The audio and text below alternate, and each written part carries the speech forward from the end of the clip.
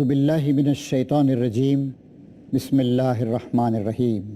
قابل احترام ناظرین، السلام علیکم ورحمۃ اللہ وبرکاتہ۔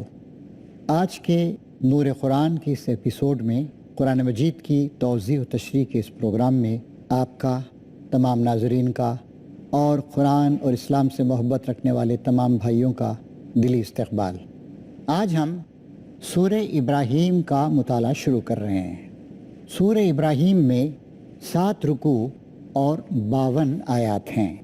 یہ صورت بھی مکی ہے اور مکہ معظمہ میں نبی کریم صلی اللہ علیہ وسلم نے جو 13 سال قیام فرمایا تھا، اس کے آخری دور میں یہ صورت بھی نازل ہوئی تھی۔ اس صورت میں فہمائش تو ہے لیکن تنبیہ کا انداز زیادہ غالب ہے۔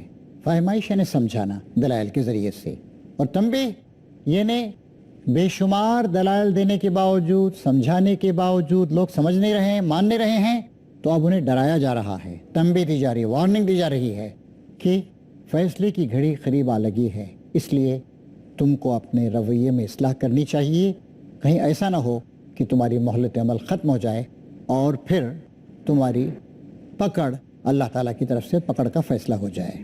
دیکھیے آغاز ہو رہا ہے، الف لام را کتاب انزلناہ الیک لتخرج الناس من الظلمات الی النور باذن ربہم الی صراط العزیز الحمید۔ الف لام را، اے محمد، آپ پر اللہ کی رحمت و سلامتی ہو، یہ ایک کتاب ہے جس کو ہم نے تمہاری طرف نازل کیا ہے تاکہ تم لوگوں کو تاریکیوں سے نکال کر روشنی میں لاؤ ان کے رب کی توفیق سے۔ کیا مقصد ہے قرآن مجید کے نزول کا؟ لوگ فکر و خیال کی تاریکیوں میں پڑے ہوئے ہیں، جہالت کے اندھیرے کا شکار ہیں۔ قرآن مجید کا مقصد یہ ہے کہ ان تاریکیوں سے انہیں نکالا جائے اور اسلام کی جو روشن راہ ہے، دلائل کی راہ، اس راہ پر، حق کی راہ پر، حق پرستی کی راہ پر لوگوں کو لایا جائے، ان کے رب کی توفیق سے اس خدا کے راستے پر جو زبردست اور اپنی ذات میں آپ محمود ہے۔ کس کی طرف بلایا جا رہا ہے؟ کسی فرد کی طرف نہیں، اللہ تبارک و تعالیٰ کی طرف۔ کیا بتایا جا رہا ہے اللہ تعالیٰ کے بارے میں؟ العزیز الحمید، اللہ تعالیٰ زبردست ہے، بڑی طاقت والا ہے، اس کو کوئی چیلنج نہیں کر سکتا ہے، ان چیلنجیبل ہے وہ۔ عزیز، اس کے اقتدار کو، اس کے احکام کو، اس کی حکومت کو کوئی چیلنج نہیں کر سکتا ہے۔ اور حمید، حمد کے معنی ہوتے تعریف۔ حمید وہ جو اپنی ذات میں آپ محمود ہے، کوئی اللہ کی تعریف کرے یا نہ کرے، وہ اپنی ذات میں آپ محمود۔ درود ابراہیم میں دیکھتے ہیں انکا حمید مجید، بے شک تو اپنی ذات میں آپ محمود، قابل تعریف اور مجید، بڑا بزرگ ہے۔ تو نبی کریم صلی اللہ علیہ وسلم پر قرآن مجید کے نازل کرنے کا مقصد یہ ہے کہ لوگ زندگی کی جن تاریکیوں کا شکار ہو کر گمراہی میں بھٹک رہے ہیں اور مختلف مشکلات و مصائب میں پھنسے ہوئے ہیں، مسائل کا شکار ہیں، ان لوگوں کو اللہ تبارک و تعالیٰ کے راستے کی طرف لایا جائے، نور مبین کی طرف لایا جائے، اس خدا کی طرف جو عزیز ہے، جس کا اقتدار ساری کائنات میں، تمہاری زمین پر، تمہاری دنیا میں، تمہاری زندگیوں پر، تمہارے جسم و جاں پہ چل رہا ہے، مسلم ہے، اور جو اپنی ذات میں آپ محمود ہے۔ اور فرمایا جا رہا ہے یہ وہ اللہ تعالیٰ ہے، لہم ما فی السماوات و ما فی الارض، آسمان و زمین میں جو کچھ ہے اللہ تبارک و تعالیٰ کا ہے۔ بالکل ایک دلیل کی بات ہے، اس خدا کی طرف بلایا جا رہا ہے جس کا سب کچھ ہے، تم بھی اس کے ہو۔ زمین، آسمان، سورج، چاند، پہاڑ، دریا، ندی نالے، نباتات، ہوائیں، موسموں کا تبدیل ہونا، تمہارا پیدا ہونا، پروان چڑھنا، دنیا سے گزر جانا، موت کے منہ میں چلے جانا، سب کچھ اللہ تبارک و تعالیٰ کا ہے۔ تو یہ قرآن اس کی طرف بلا رہا ہے۔ پھر فرمایا جا رہا ہے تنبیہ کرتے ہوئے، اور تباہ کن سزا ہے قبول حق سے انکار کرنے والوں کے لیے جو دنیا کی زندگی کو آخرت پر ترجیح دیتے ہیں۔ دنیا اور آخرت ہر وقت ان کا موازنہ ہم کو کرنا پڑتا ہے۔ وہ لوگ جو دنیا کے پرستار ہیں، جن کی نگاہیں دنیا کے مزوں پر مرکوز ہیں، جو موت کے بعد کے عالم کو سمجھنا اور دیکھنا نہیں چاہتے، جو ہر وقت دنیا کے فوائد کے پیچھے پڑے رہتے ہیں، اور دنیا کے فوائد کے لیے آخرت کو قربان کرنے کے لیے تیار رہتے ہیں، ان کے لیے سخت تباہ کن سزا ہے۔ جو اللہ کے راستے سے لوگوں کو روک رہے ہیں، وہ چاہتے ہیں کہ یہ راستہ ان کی خواہشات کے مطابق ٹیڑھا ہو جائے۔ اب ان میں جو بڑے لوگ تھے وہ لوگوں کو روک رہے ہیں، جو سردار تھے، جن کا مالی مفاد تھا، جن کا معاشی مفاد تھا۔ آج بھی ایسے ہو رہا ہے۔ سرمایہ پرستی کے غلام، اپنی بڑائی کا چکر چلانے والے لوگ، شرک اور کفر کا شکار لوگ، اپنے معبودان باطل کو لوگوں پہ مسلط کرنے والے لوگ، اور اپنے غلط نظریات اور اپنے فلسفوں کو دنیا میں پروان چڑھانے والے لوگ، وہ نہیں چاہتے کہ لوگ اللہ تعالیٰ کی طرف آئیں۔ یہ چاہتے ہیں کہ ان کی خواہشات کے مطابق اللہ کا راستہ ٹیڑھا ہو جائے، جبکہ اللہ تعالیٰ صراط مستقیم، بالکل سیدھے راستے کی تعلیم دیتا ہے۔ کسی شخص کو اس بات کا اختیار نہیں ہے کہ اس میں کسی قسم کی کوئی ٹیڑھ پیدا کرے، ایسے ٹیڑھا کرے۔ یہ لوگ گمراہی میں بہت دور نکل گئے۔ نہ صرف یہ کہ وہ خود گمراہ ہیں، بلکہ دوسروں کو بھی گمراہی کی دعوت دے رہے ہیں۔ اس کے بعد ارشاد فرمایا جا رہا ہے کہ ہم نے اپنا پیغام دینے کے لیے جب بھی کوئی رسول بھیجا ہے، اس نے اپنی قوم ہی کی زبان میں پیغام دیا ہے تاکہ وہ انہیں اچھی طرح کھول کر بات سمجھائے۔ ایسا نہیں ہے کہ رسول جاپان میں آئے اور چائنیز زبان بول رہا ہو، یا عرب میں آئے اور وہ کوئی انگلش زبان بول رہا ہو۔ جب بھی انبیاء کرام آئے تو اس قوم کی زبان میں ہی اللہ تعالیٰ کا پیغام لوگوں کے سامنے انہوں نے پیش کیا۔ پھر اللہ جسے چاہتا ہے بھٹکا دیتا ہے اور جسے چاہتا ہے ہدایت بخشتا ہے۔ وَهُوَ الْعَزِيزُ الْحَكِيمُ، وہ بالادست اور حکیم ہے۔ پھر یہاں پر بات آ رہی ہے کہ اللہ جس کو چاہتا ہے راستہ دکھاتا ہے، جس کو چاہتا ہے بھٹکا دیتا ہے۔ اور یہ بات اس سے پہلے گزر چکی ہے کہ چونکہ ہدایت اور گمراہی کا فائنل فیصلہ اللہ تعالیٰ کرتا ہے، اس لیے ہدایت دینے اور گمراہ کرنے کی بات کو اللہ تعالیٰ اپنی طرف منسوب کر رہا ہے۔ تو اللہ جسے چاہتا ہے ہدایت بخشتا ہے، جسے چاہتا ہے گمراہی میں بھٹکنے کے لیے چھوڑ دیتا ہے۔ پھر فرمایا وَهُوَ الْعَزِيزُ الْحَكِيمُ، وہ زبردست اور بالادست ہے اور حکمت والا ہے۔ اس کی حکمت کا تقاضا یہ ہے کہ جو ہدایت کا طلبگار ہو اسے ہدایت سے نوازے، اور جو گمراہی کا خریدار ہو اس کے لیے گمراہی کے راستے کو آسان کر دے۔ اب اس کے بعد ہمارے سامنے موسیٰ علیہ السلام کا ذکر ہو رہا ہے۔ موسیٰ علیہ السلام کی شخصیت بہت بڑی تھی۔ آج سے 3200 سال پہلے اور نبی کریم صلی اللہ علیہ وسلم سے تقریباً 2500 سال پہلے موسیٰ علیہ السلام مصر میں پیدا ہوئے، اور وہ بنی اسرائیل کی غلامی کا زمانہ تھا۔ مصر اپنی ترقی اور تمدنی اچیومنٹ کی انتہائی بلندیوں کو چھو رہا تھا۔ وہاں پر تقریباً 10-15% کے قریب بنی اسرائیلی تھے جو انبیاء کرام کو مانتے تھے، ابراہیم علیہ السلام، اسحاق علیہ السلام، یعقوب علیہ السلام، یوسف علیہ السلام وغیرہ وغیرہ کو۔ اب ان کا واقعہ پیش کیا جا رہا ہے۔ ہم اس سے پہلے موسیٰ کو بھی نشانیوں کے ساتھ بھیج چکے ہیں۔ اسے بھی ہم نے حکم دیا تھا کہ اپنی قوم کو تاریکیوں سے نکال کر روشنی میں لا، اور انہیں تاریخ الہی کے سبق آموز واقعات کو سنا کر نصیحت کر۔ جیسے نبی کریم صلی اللہ علیہ وسلم کو اللہ تعالیٰ نے آخری زمانے میں آخری اور فائنل نبی بنا کے بھیجا کہ دنیا کے لوگوں کو تاریکیوں سے نکال کر روشنی میں لائے، اسی طریقے سے نبی کریم صلی اللہ علیہ وسلم سے تقریباً 2500 سال پہلے اور آج سے تقریباً 3200 سال پہلے اللہ تعالیٰ نے موسیٰ علیہ السلام کو بھیجا تھا اور حکم دیا تھا کہ اپنی قوم کو تاریکیوں سے نکالو اور روشنی میں لاؤ، اور انہیں تاریخ الہی کے سبق آموز واقعات سنا کر نصیحت کر۔ انسانی تاریخ اس بات پر گواہ ہے کہ خدا پرستی اور حق پرستی کے نتائج اچھے نکلے۔ قوموں نے ترقی کی اور انکار، کفر، شرک، ان کی وجہ سے برائیاں پھیلیں اور لوگ تباہ و برباد ہو گئے۔ تو موسیٰ علیہ السلام سے کہا گیا کہ انہیں تاریخ الہی کے سبق آموز واقعات سنا کر نصیحت کر۔ ان واقعات میں بڑی نشانیاں ہیں ہر اس شخص کے لیے جو صبر و شکر کرنے والا ہے۔ یاد کرو جب موسیٰ نے اپنی قوم سے کہا، کیا کہا موسیٰ علیہ السلام نے؟ اللہ کے اس احسان کو یاد رکھو جو میں نے تم پر کیا ہے۔ اس نے تم کو فرعون والوں سے چھڑایا جو تم کو سخت تکلیفیں دیتے تھے، تمہارے لڑکوں کو قتل کر ڈالتے تھے، تمہاری عورتوں کو زندہ بچا رکھتے تھے۔ وَفِي ذَلِكُمْ بَلَاءٌ مِّن رَبِّكُمْ عَظِيمٌ، اور اس میں تمہارے رب کی طرف سے تمہاری بڑی آزمائش تھی۔ اور یاد رکھو تمہارے رب نے خبردار کر دیا ہے کیا لئن شکرتم لازیدنکم ولئن کفرتم ان عذابی لشدید، اگر تم شکر گزاری کا رویہ اختیار کرو گے تو اور زیادہ اپنی نعمتوں سے نوازوں گا، اور اگر تم نے ناشکری کا کفران نعمت کا طریقہ اختیار کیا تو یاد رکھو میرا عذاب، میری سزا بہت ہی سخت ہے۔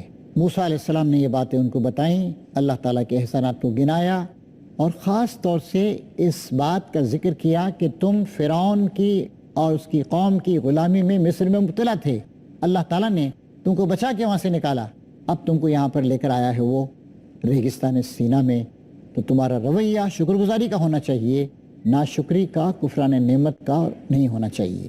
موسیٰ نے کہا اگر تم کفر کرو اور زمین کے سارے رہنے والے بھی کافر ہو جائیں تو اللہ بے نیاز اور اپنی ذات میں آپ محمود ہے۔ موسیٰ علیہ السلام نے یہ بات اپنی قوم بنی اسرائیل پر واضح کر دی تھی کہ اللہ تعالیٰ کو تمہاری ضرورت نہیں ہے، تم کو اللہ تعالیٰ کی ضرورت ہے۔ تم ہی نہیں، اگر دنیا کی تمام قومیں بھی اللہ تعالیٰ کی نافرمانی کریں تو اللہ کو کچھ نقصان نہیں ہوگا۔ حاضرین، موسیٰ علیہ السلام کی نصیحت کا سلسلہ ابھی جاری ہے، ایک چھوٹے بریک کے بعد انشاءاللہ ہم اس کو پھر جاری رکھیں گے، تب تک کے لیے ہمیں اجازت دیجیے۔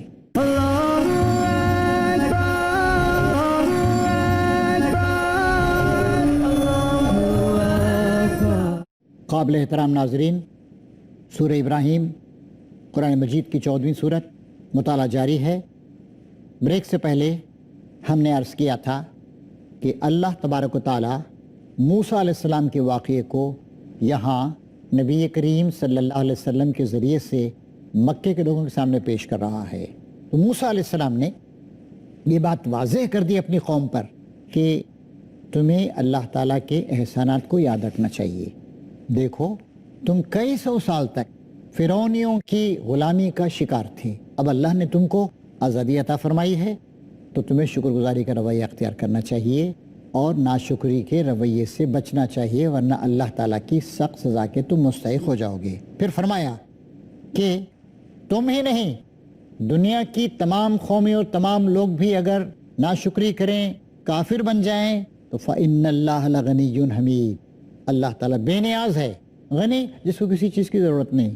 تو موسیٰ علیہ السلام نے سمجھایا اور اسی بات کو دوبارہ پیش کر کے نبی کریم صلی اللہ علیہ وسلم کے زمانے کے لوگوں کو اور ہم پیروان محمد صلی اللہ علیہ وسلم کو اور دنیا کے جتنے لوگوں کے سامنے قرآن مجید کی تعلیم پیش کی جا رہی ہے ان سب کو یاد کرایا جا رہا ہے کہ اللہ بے نیاز ہے، اللہ کو تمہاری ضرورت نہیں ہے، تم کو اللہ تعالیٰ کی ضرورت ہے، اور تم اللہ کے ساتھ شرک کرتے ہو یا غلط باتیں اس کی طرف منسوب کرتے ہو، دیگر ہستیوں کو اس کا ہمسر اور شریک قرار دیتے ہو، تو اللہ تعالیٰ حمید ہے، حمد کے قابل ہے، اپنی ذات میں آپ محمود ہے، تمہاری طرف سے اڑائے گئے گندگی کے چھینٹے اس کے دامن عظمت اور دامن تقدس تک نہیں پہنچتے ہیں۔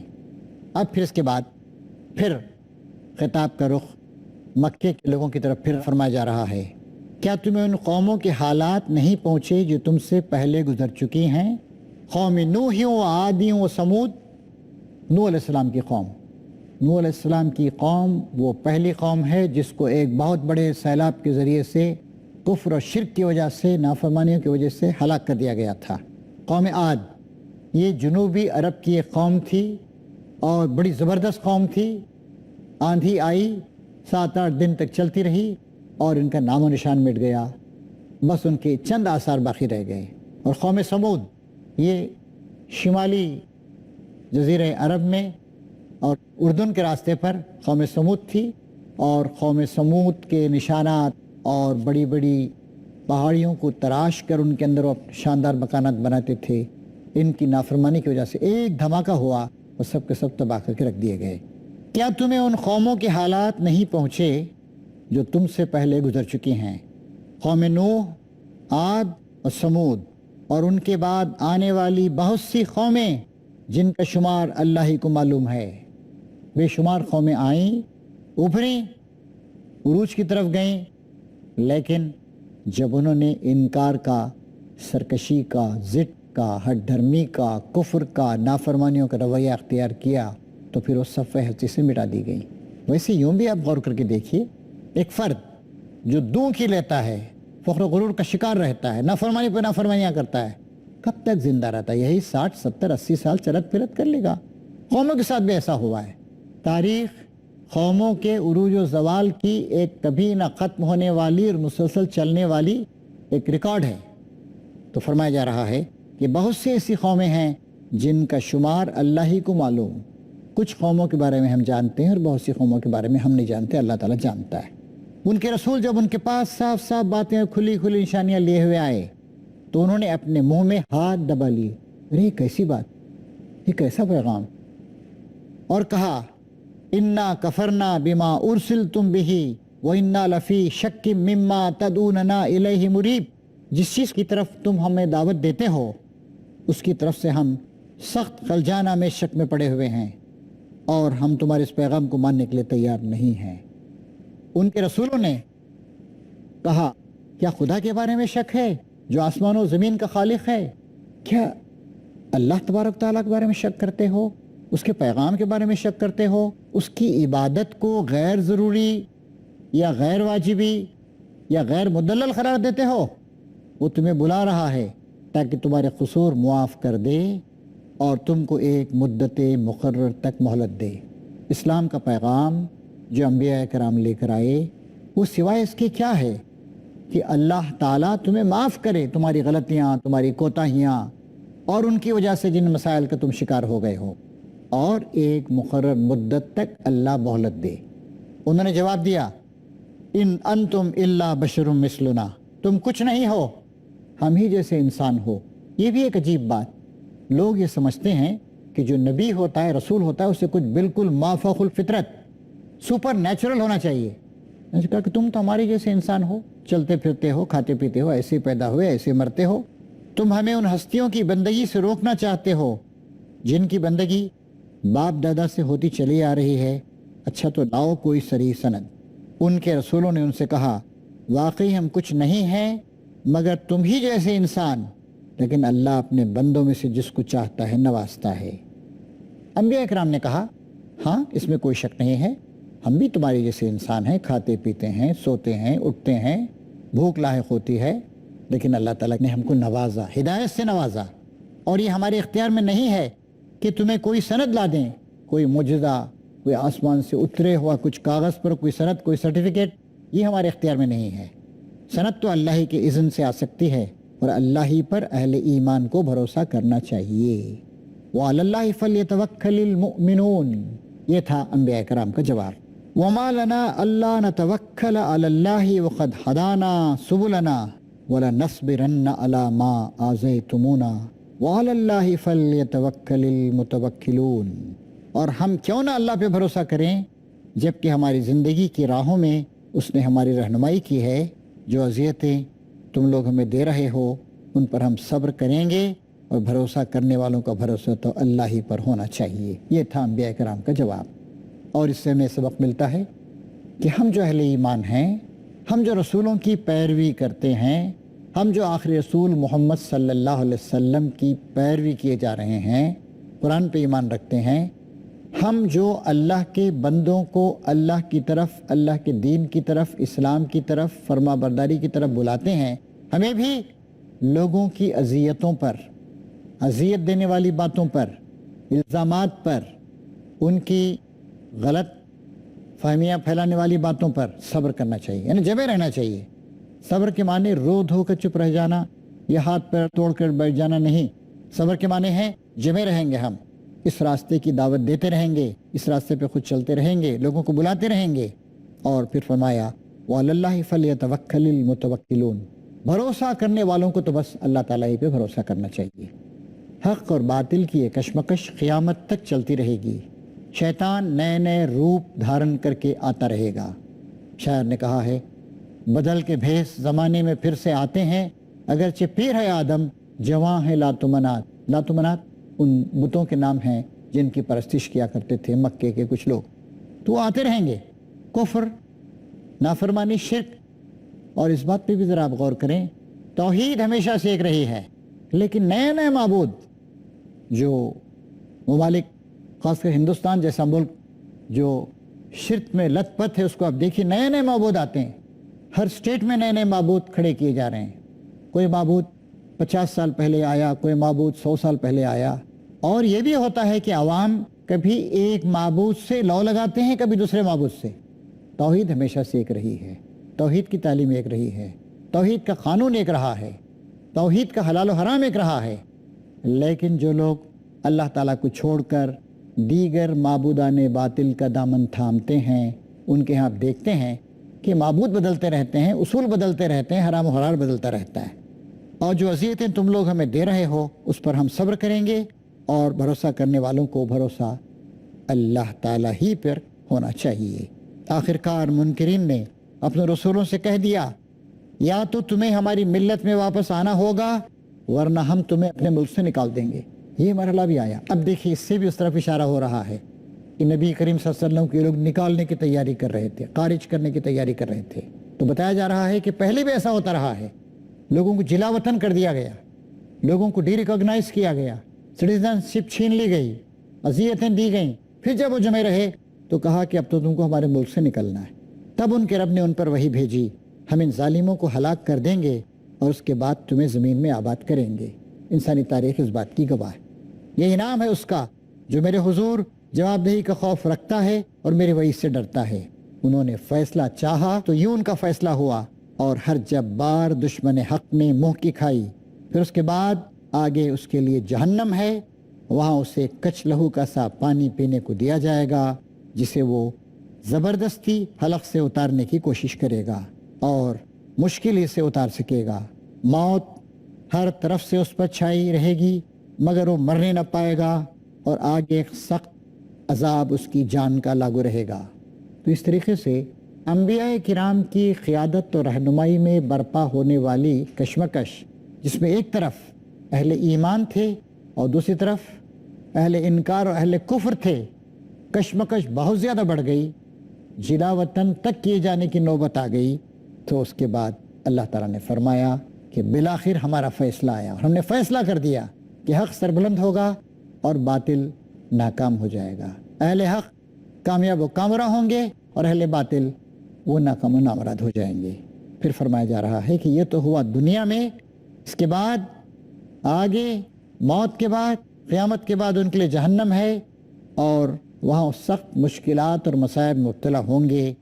موت ہر طرف سے ان پر چھائی ہوئی ہوگی لیکن پھر بھی وہ مریں گے نہیں، یعنی ہمیشگی کے عذاب کا وہ جہنم میں شکار رہیں گے.